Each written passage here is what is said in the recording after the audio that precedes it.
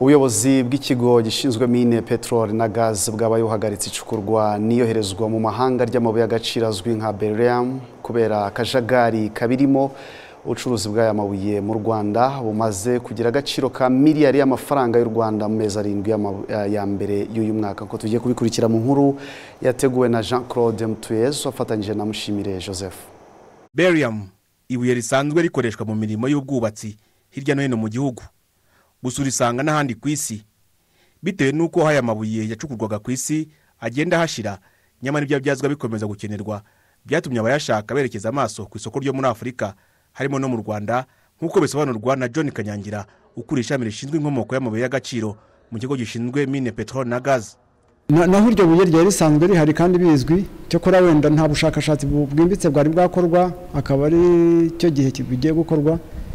Ubu rero kuzamuka kw'agaciro kayo ku isoko mpuzamahanga byatumye abaturage birara muri bya birombe byayo byabarwaga nkaho nyine nta kamaro afite, ariko abaturage batangiye kwirohamo, ndetse kubera ko n'abacuruzi benshi cyangwa se abaguzi mpuzamahanga barimo kuza bagana mu Rwanda, biratuma habyema akajagari, ndetse ngira ngo nkuko mwumvishe inkuru hari n'ahantu abaturage batangiye gukomeretsanya nka za Nyanza, Nyamagabe, Rutsiro, mbega n'amabuye ahari mu bice bitandukanye by'igihugu.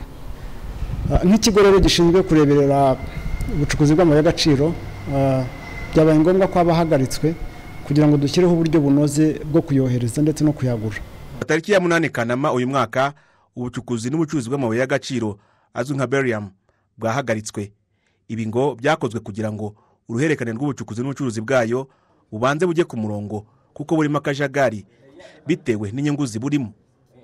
Abayacuruza hanze yose babanza kwaka icyangombwa hano. Twagiye tubona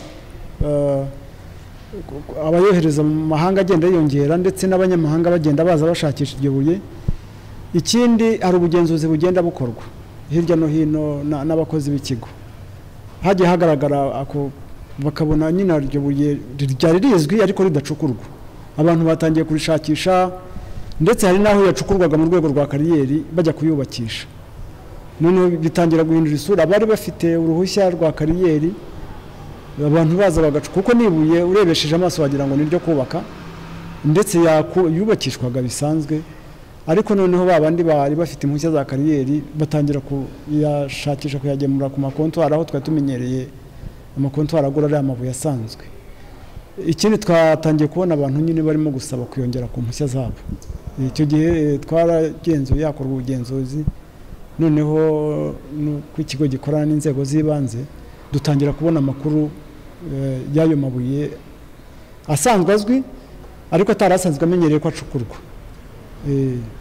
Ubwo rero mu rwego rwo kugira ngo duhoshe ako kajagari karimo kugenda kaba, hatanzwe umurongo ko abahagaritswe, noneho kugira ngo mu buryo bwihuse dushake uburyo cyangwa se umurongo uhamye wo kuyacuruza no kuyagura.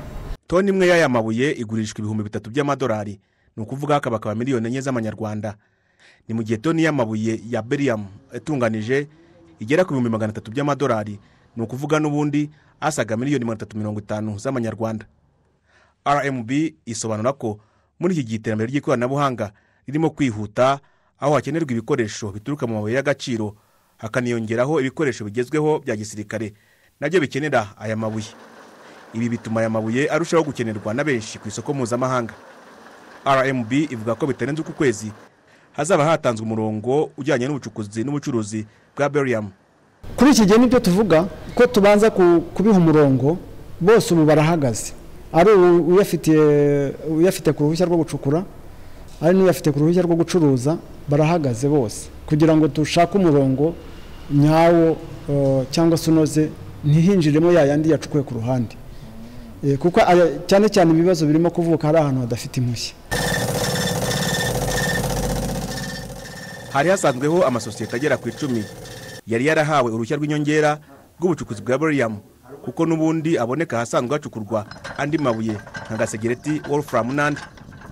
Mu mezi 7 y'uyu mwaka hamaze kubarurwa amabuye afite agaciro ka miliyari 1 y'amanyarwanda yacurujwe muri aya mabuye ya beryllium. Jean-Claude Mtuyezu, i Kigali.